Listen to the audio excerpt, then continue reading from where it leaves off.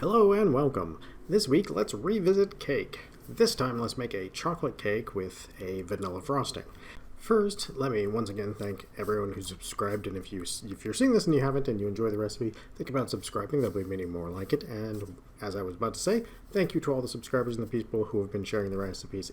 It's been a huge help for me. So let's get to our ingredients for the cake. For our cake, we need 1 cup sugar, 1.5 cups unbleached flour, 1 cup cold coffee, 1 teaspoon baking powder, 1/3 cup cocoa powder, 1/3 cup oil, 1/2 teaspoon salt, 1 teaspoon vanilla, and 1 tablespoon white vinegar. Starting with our dry ingredients, you can just pour the flour, the sugar, and the cocoa directly in. And it's not a big deal, but the other two you want to spread out a little bit and make sure that they get everywhere. For the salt, that's only kind of important, but for the baking soda, that's very important. And when we get to the mixing, I'll explain why. What you are looking for, though, is to just mix all the dry ingredients with a whisk and until they can become a uniform color. It'll look like strands, it'll look like streaks in there, and you'll notice them slowly disappearing as I'm using the whisk on this. What I want is all of that to have the exact same color. I do have a little clumping going on with my chocolate, but that actually works out really well for me because it turned it into little chocolate pools in my cake, which was great.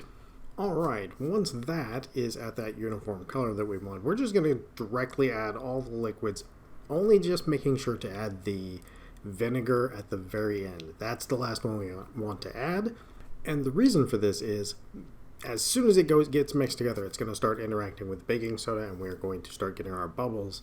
And we only have a limited amount of baking soda in here, so that's a limited amount of bubbles. Any bubbles that we knock out while we're mixing it or pouring in the pan, they're not coming back. So, in this case, we just want to get everything whisked together and mix it until it's, I'm going to say about 98% smooth. You'll see like there's a little bit of clumping like what I have right now. But as just a few moments of gentle mixing, less than a minute, you'll find that it goes very smooth in that last couple of seconds. You don't want to overmix it at this stage because we are using unbleached flour and you wouldn't want it to form sort of a chew or a gluten-y texture. You still want it to have a crumble and be a cakey texture. Once that's finished up mixing, we want to get this into our cake pan as gently and still as quickly as possible. Again, because we have our finite amount of bubbles that are going to be generated, so we want to kind of just sort of exactly like we did in the last one. We want to sort of make a pool where it's falling out, and you'll notice when it's ribboning like this, it's not popping a lot of bubbles, it's not collapsing on itself. It makes it a more gentle way to put it together, and that's going to keep a lot of bubbles, and that's going to make our cake a little bit softer and a little more airy, and in this case a little bit nicer. It also seems to retain a little bit more moisture when the air inside has a little bit of moisture. So those are all our good bonuses there. Once you get that all into your cake pan, you're going to put that into an oven that is preheated at 350 degrees for about 30 to 35 minutes. Mine was done in 30 minutes, and this was in a 9-inch round. This recipe's either you want to use a 9-inch round or you want to use an 8x8 square pan. I happen to have a 9-inch round, so that's what I'm using here. For our icing, we'll need 3 cups powdered sugar, 1 tablespoon milk or non-dairy milk, 2 teaspoons vanilla, and 1/3 cup butter or vegan spread. Alright, the icing on this one is actually really simple. It's basically a variation on a buttercream. But in this we actually need to get the butter, at the very least the butter, but basically we're going to just take all of our wet ingredients and put them right in. The thing we want to do by hand is we want to get enough of the powdered sugar mixed into the butter so that when we use the electric hand mixer, in my case, it doesn't fly everywhere and doesn't coat your entire kitchen in powdered sugar, which, while tasty, would probably not be very good for the cleanliness of your kitchen. So, something may have been chosen poorly by who is correct in her disapproving glare. That was the wrong tool. A spoon is a much better tool because what we're trying to do right here is we're just trying to push the powdered sugar into the spread, vegan spread or butter, whichever you happen to be using, as best you can, and that's why we can just mix all of our wet ingredients at the same time. Also on that point, the milk can be any non-dairy milk or any dairy milk. The only one that didn't really seem like it was an improvement in flavor would be soy milk. Almond milk was great. Banana milk, which is what I'm using here, is fantastic. And almond milk was great. And yeah, no, cashew milk, any of them, they're all great. They almost all bring another assortment of flavors to this that you wouldn't necessarily have otherwise. So, sometimes even if you can drink milk, you might want to try it with a different kind.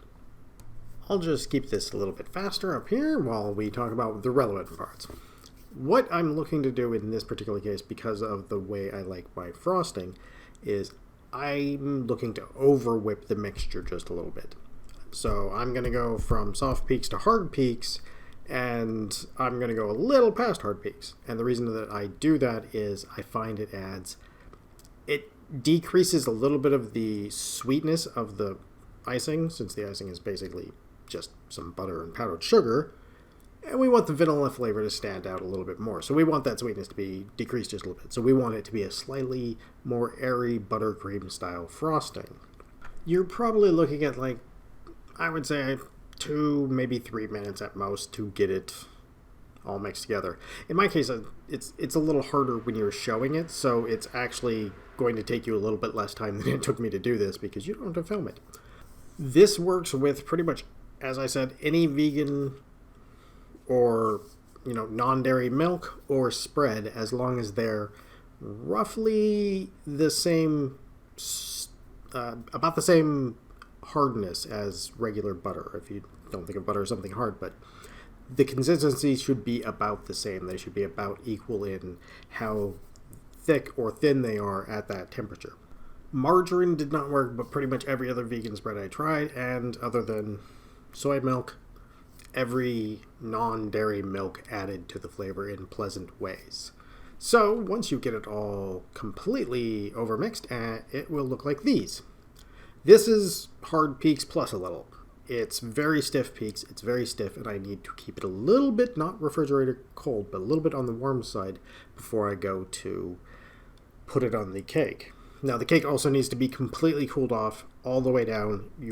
You're probably better off to either frost it the next day or put it in the refrigerator for about 2 hours and then frost it, because the icing is going to be a little bit on the soft side.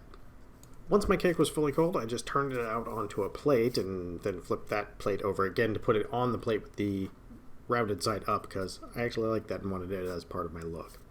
And then I was ready to frost. Alright, last step, and that is going to be to frost this. Now, unfortunately, my frosting is... I put it in the refrigerator, and it didn't quite come all the way up to room temperature afterwards, so it's a little thick and a little hard to work with. What you want to do is leave it out and let it get close to room temperature, and then when you're done frosting it, you're going to put it in the refrigerator, and that's going to firm it all back up and make sure that everything looks nice. Because I didn't do that, because mine's a little bit stiffer, and I also don't have like a metal spatula or kind of the tools that I would normally use to decorate a cake with. It's been quite a while since I've decorated a cake in any professional form. So I don't have a lot of the tools that I would normally use, and a lot of those are more cake-specific things, and there are cake-specific things. What I am going to try to do, and with the tools that I have, which you're going to see me use a bowl scraper to basically move everything around and sort of get the initial smoothness down. Turns out my bowl scraper actually has a texture to make it easier to grab onto, and I didn't think it would have too much of an effect, but it really did.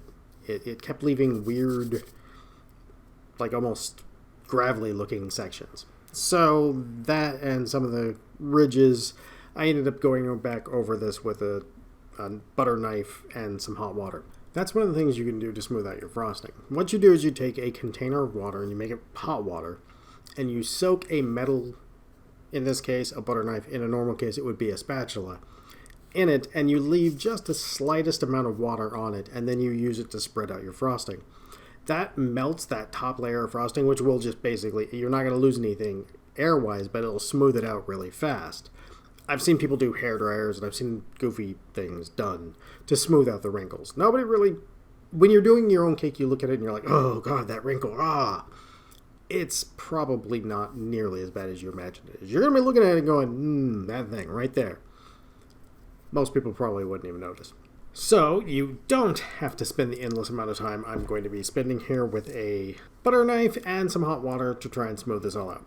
What I'm looking to do, though, is initially just get everything covered with our icing, frosting in this case, actually, and make sure there's no gaps or spots. Fill all those gaps in.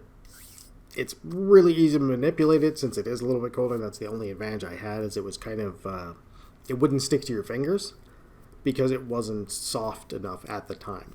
This allowed me to manipulate it almost like a dough. What you would do if it's softer and more close to room temperature is you'd actually use a spoon or, like I said, a medical spatula or something like that to sort of smooth everything and get its initial covering. Once it has that initial covering, you're just basically moving frosting from places where it's thick to places where it's thinner and trying to get everything nice and even and smooth. And like I said, one of the tricks you can use is the hot water and a metal tool so that you can sort of melt it on there. As I mentioned, I've seen people blow dry them. I've seen people do all kinds of crazy things. I know a friend of mine used to literally put them in a oven set to 350 degrees for about a second, pull it back out and put it in his refrigerator, and it did. It wiped out most of the creases. It made everything look nice and smooth.